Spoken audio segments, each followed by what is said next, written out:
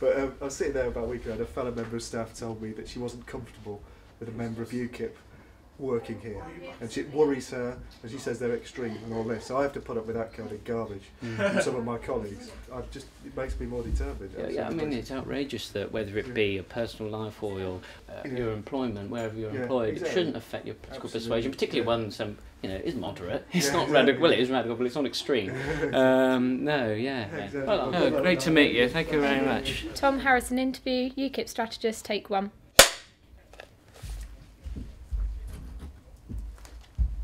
Lovely to meet you. Nice to meet you too. Okay, so are you ready? I am indeed.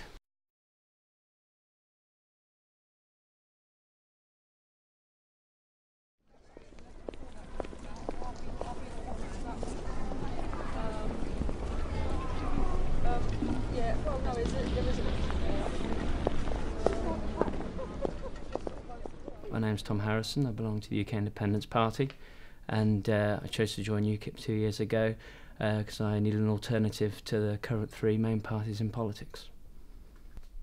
I'd have said maybe 2, 3, 4 years ago, where people didn't know much about UKIP, they just voted for them because they didn't like anyone else. Maybe that was true then, but now we're a very diverse party. We've expanded hugely right across the country. We have 2 MPs, we have hundreds of councillors. People know what UKIP are about. They encounter UKIP general election campaigns on a daily basis, whether it be market stalls or canvassing, and they know what we stand for. We have the manifesto coming out, and it's more than just 2 policies now. We're a fully fledged major political party.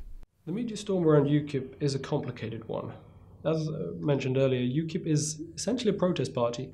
They go against the norm of what any other party does. They are the underdog. You've got the Conservative Party, Labour Party, they've been around for longer than people can expect. The Liberal Democrats, the Green Party, they've been around for a long time. UKIP has been around for a lot longer than people think. But the reason why it's so up and coming, why it's so rising, why it's increasing so much, is because people are suffering at the moment. They are going through certain hardships. And because of that, they want change. But they don't want change to come over time. They want change to come straight away. UKIP are offering essentially a house of cards. They're offering you change straight away. They're offering, if you get us in, we're going to change this, we're going to change that. But they can't change it straight away. And the problem is, initially, people wanted them because they thought that was what would happen. And as it's getting closer and closer to the general election, people are realising that UKIP's power, UKIP's influence, it's a facade.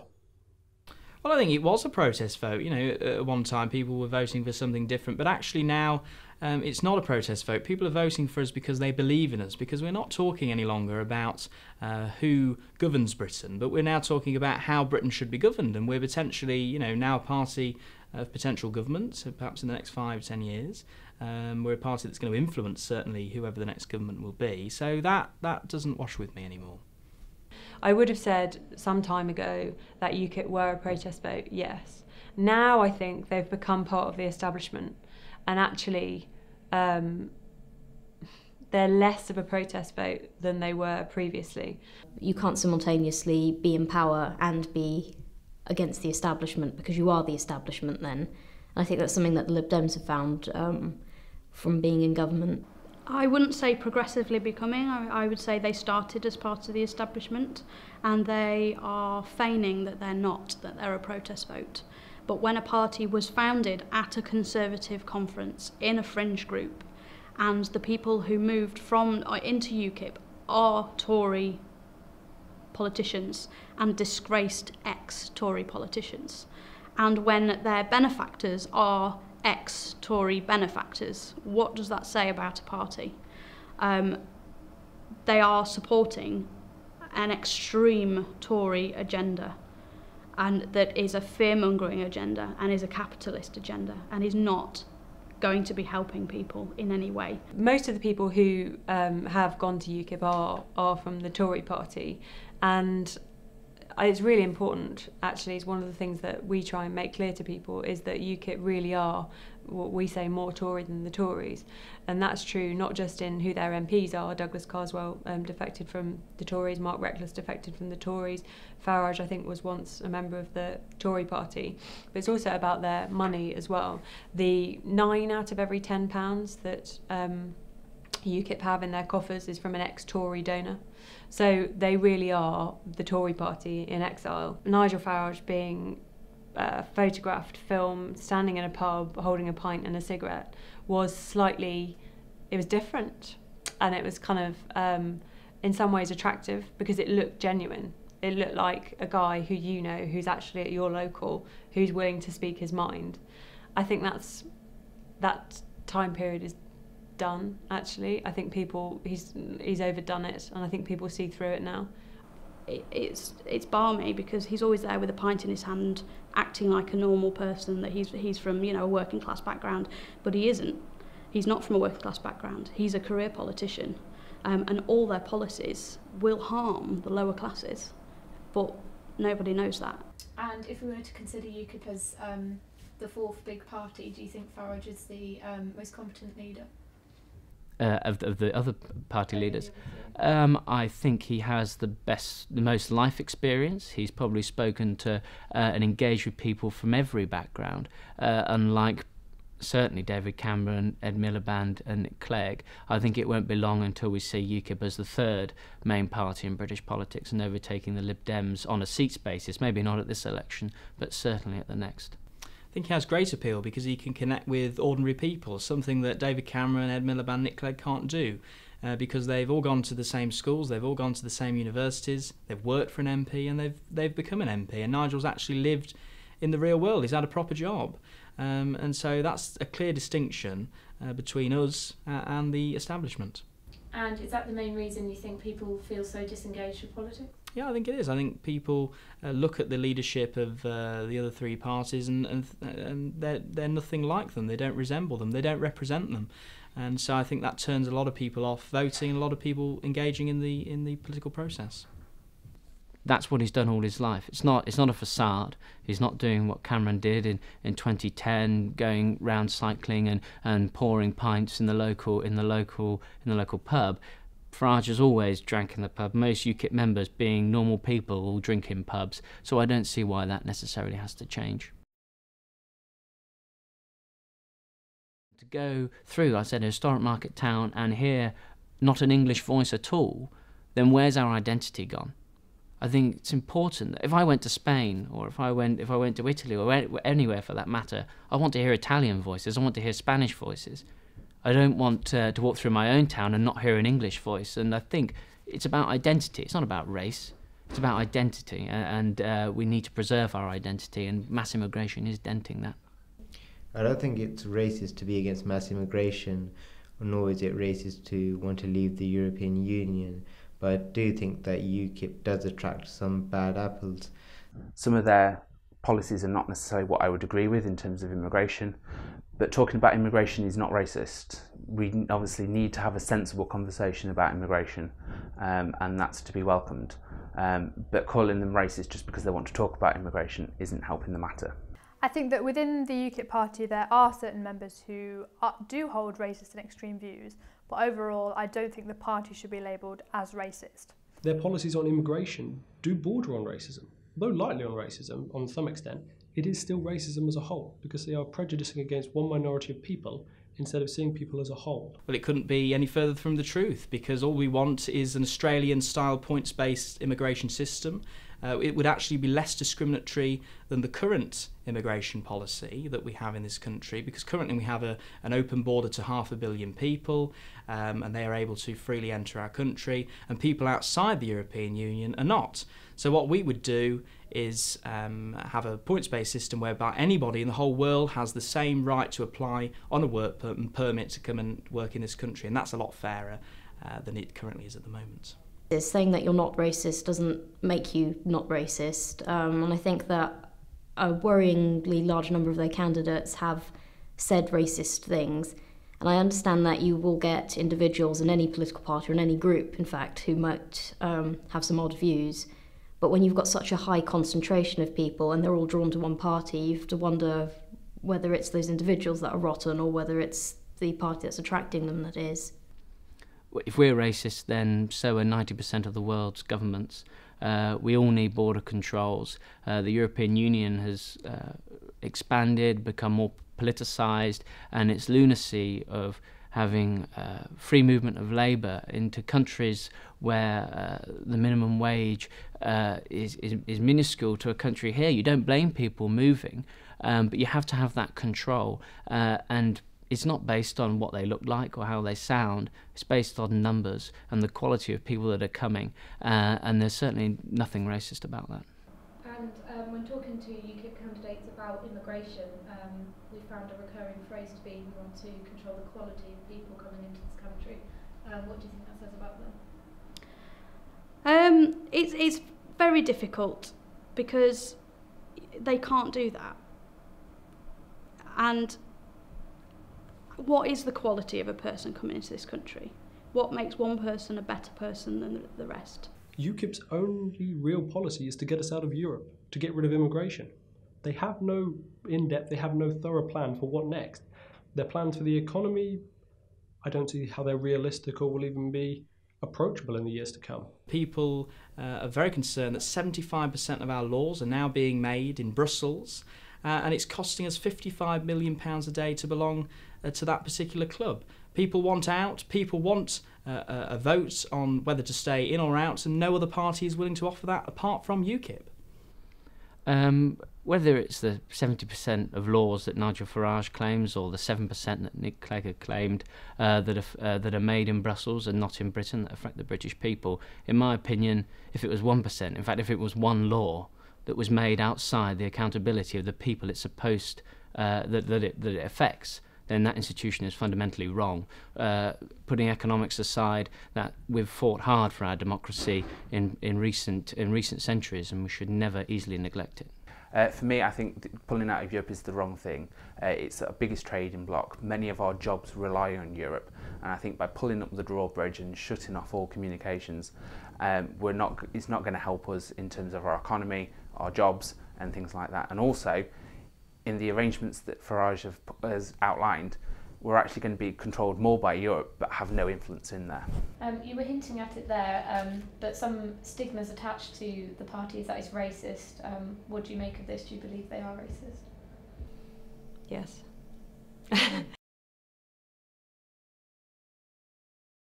What is wrong with the political system? How long do you have? Well, look, I think a whole host of ways, essentially. So we touched on it a little bit before, but there's kind of constitutional reasons why I think we need to reform the political system, all sorts of things. So the House of Lords is broken. Cameron in particular has just stuffed it with peers. It costs us an awful lot of money. It's not really clear to me why it's there, so that should go. It's a big deal, but that should go. The electoral system, another constitutional way in which we should change it. First past the post just doesn't work anymore. There are too many seats in this country, too many areas where people can rightly say that their vote doesn't count. That's rubbish. No thank you, let's do away with that. We need proportional representation, definitely. For me, it is the disgrace of the first past the post system. You've got the system at the moment where the Liberal Democrats on 8% of the vote, the Greens on 8% of the vote, can have such a possible difference in the number of seats with the Liberal Democrats 30 to 40 seats, or the Greens on 2 or 3 seats. That shows that there's a complete disparity between the two there. UKIP as well, getting up to 20% of the vote, could also only get 5 or 6 seats. So it shows that we really need a proportional system to represent the views of the public. Right wing, left wing, the whole philosophy is dead. UKIP is a common sense party full of common sense ideas and principles. That's what we're about. We're about, as I said, getting our country back and having some common sense put back into the world. So this right and left wing philosophy is completely dead. We represent everybody. The fact that no one listens anymore, there's probably nothing more humbling in the world than to have people put their faith in you to represent them, to have their trust that you will represent them. And as soon as you stop listening, as this political system has done, then that's the biggest crime I think anyone could commit. People that consider themselves progressives, as I do, would have told you 10 years ago that the electoral system, for example, has got to change, and that the old dominance of the two parties, the Tories and the Labour Party, is being broken up, and that politics is changing.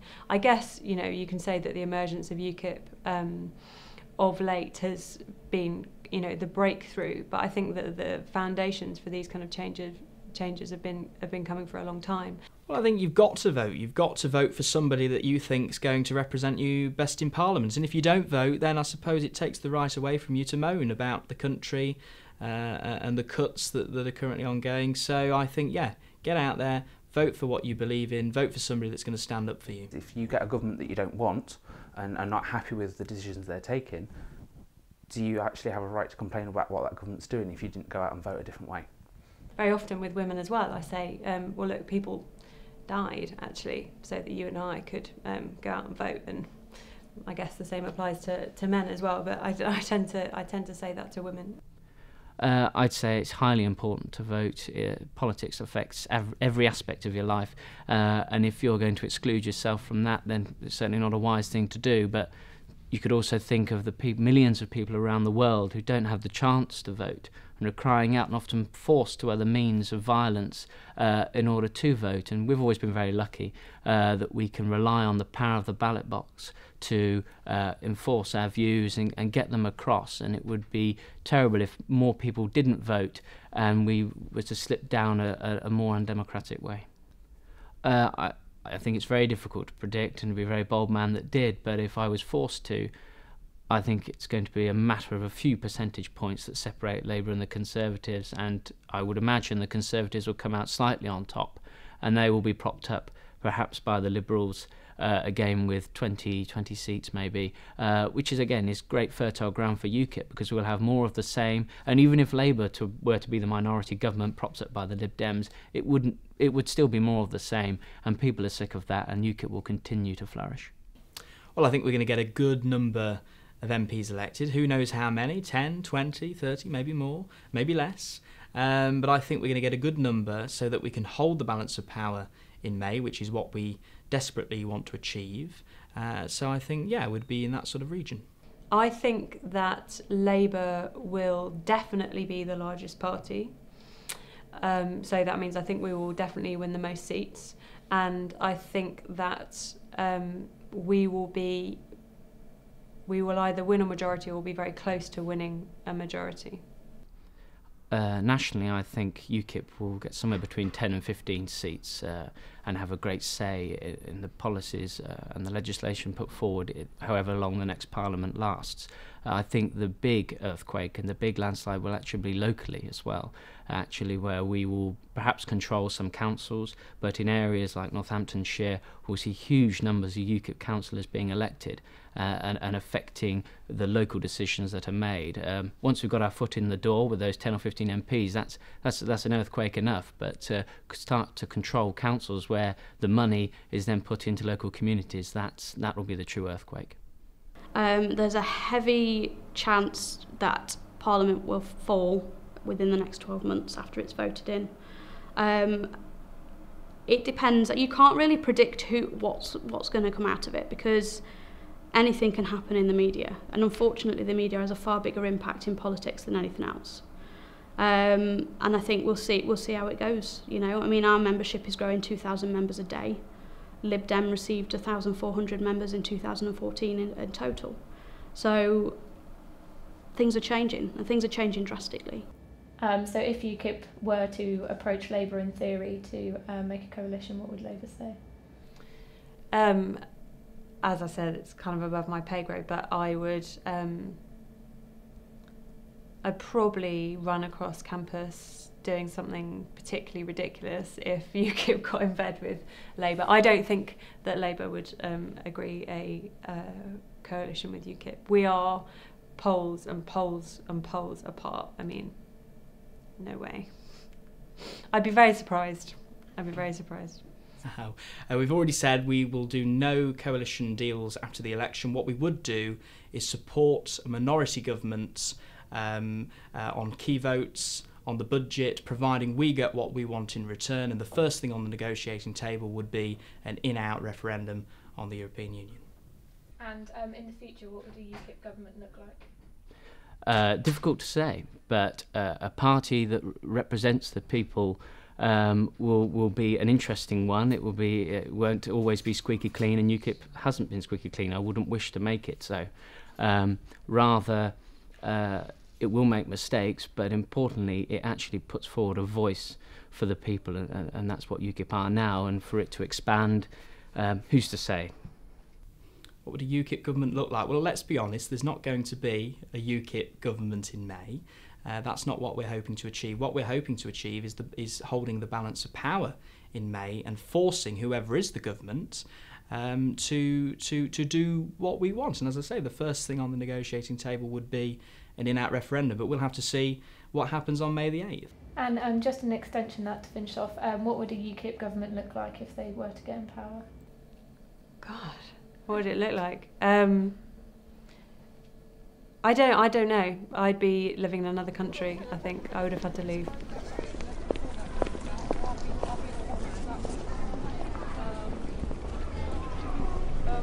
Yeah, well, no, there was